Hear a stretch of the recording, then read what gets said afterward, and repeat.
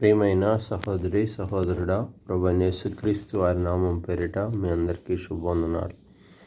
ఈ ఉదయకాలము పరిశుద్ధ గ్రంథంలో నుంచి దావీదు కీర్తనలు 37వ అధ్యాయము 5వ వచనాన్ని ధ్యానాంశంగా తీసుకుందాం. నీ మార్గమును యెహోవాకు అప్పగింపుము, నీవు ఆయన్ని నమ్ముకొనుము, ఆయన నీ కార్యమును నెరవేర్చును.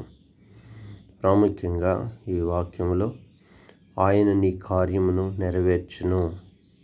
ఆయన మన కార్యములను నెరవేర్చేటువంటి దేవుడు. ఎప్పుడనగా ఆయన మన కార్యాలు నెరవేర్చాలంటే ఇక్కడ ప్రాముఖ్యంగా 3 విషయాలు రాస్తున్నాడు. ఒకటి, మనము బయట చెడ్డవారిని చూసి, వారి అభివృద్ధిని చూసి, వారి పరిస్థితులను చూసి మనం వ్యసన పడకూడదట. చూడండి, అవి వారి అన్యజనుల యొక్క అభివృద్ధి, ఆశీర్వాదము, వారి కార్యములను చక్కబెట్టే అనుభవం ఎలాంటిదంటే అది ఆకుకూర వలె, గడ్డి పువ్వు వలె వాడిపోవును, పచ్చని కూర మొక్క వలె వాడిపోవును, ఎండిపోవునని లేఖనాలు సెలవిస్తున్నాయి. మనకి దేవుడు మనకిచ్చేటువంటి కార్యములు శాశ్వత కాలం ఉండేవి.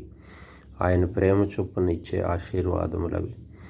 కనుక మనము మన కార్యములను మనముగా వ్యక్తిగతంగా ఏ కార్యాన్ని మనము చక్కబెట్టుకోలేము. మన కార్యములను చక్కబెట్టువాడు ఒకడు మనకున్నాడు కనుక మొట్టమొదటిగా ఆయన యందు మనము నమ్మిక ఉంచాలి. చూడండి, ఆయన యందు విశ్వాసం ఉంచాలి. చూడండి, ఆయన యొద్దకు అనేకులు అస్వస్థత వచ్చినప్పుడు ఆయన పలికిన మాటలు ఏంటంటే, కుమారి, నీ విశ్వాసము నిన్ను స్వస్థపరిచెను అని సెలవిస్తాడు. నువ్వు చెప్పిన మాట, ఆయన చెప్పిన మాట నెరవేర్పు, ఆయన కార్యములు చక్కబెట్టే అనుభవం ఎప్పుడు వస్తుందంటే మన జీవితాల్లో మొట్టమొదటిగా ఆయన యందు నమ్మిక ఉంచాలి. రెండవది, ఆయన్ని బట్టి సంతోషించాలి. ఆయన కార్యములను బట్టి, అనగా ఆరాధించట్లో, ఆయన్ని స్తుతించట్లో, ఆయన్ని మహిమపరచట్లో, ఆయన కనపరచట్లో, ఆయనకు ప్రార్థన చేయటంలో, ఆయన పనులు అనగా ఆయన గురించి సువార్త చెప్పుటలో, ఆయన సన్నిధిలో సమయం గడపట్లో, ఆయన వాక్యం చదువుట్లో, అనేక కార్యాల విషయాల్లో యెహోవాను బట్టి సంతోషించాలి. దేవుని బట్టి సంతోషిస్తే అప్పుడు ఆయన నీ హృదయవాంఛలను తీరుస్తాడు. 3వ అనుభవం ఏంటయ్యా అంటే, నీ పనుల భారము యెహోవా మీద మోపాలి. ఆయన చేతికి నీ కార్యములన్నిటిని కూడా ఉదయకాలం మొదలుకొని సాయంత్రం వరకు నువ్వు వెళ్ళు మార్గంలో నీ మార్గం అంతటిని యెహోవా చేతికి అప్పగించాలి. నువ్వు భారం మోయాలని తలంచక నీ కాడిని సులువు చేసుకుని ఆయన చేతికి నీ భారంను అప్పగించాలి. ఈ అనుభవం మనం కలిగి ఉంటున్నప్పుడు మొట్టమొదటిగా యెహోవా యందు నమ్మిక ఉంచాలి. రెండవది, యెహోవాను బట్టి సంతోషించాలి. మూడవదిగా ఆయన చేతికి నీ మార్గములన్నిటినీ ఆయన చేతికి నీవు అప్పగించినప్పుడు ఆయన నీ కార్యములను సఫలపరచును.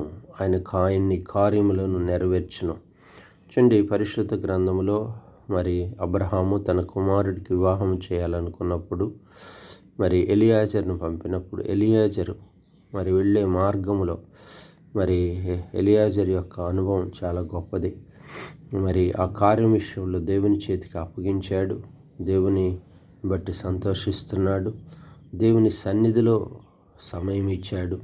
అప్పుడు ఆయన వెళ్ళే మార్గంలో దేవుడు ఎంతగానో ఇస్సాకు కొరకు రిబ్కాను సిద్ధపరిచి ఆ కార్యమును దేవుడు సఫలపరిచాడు.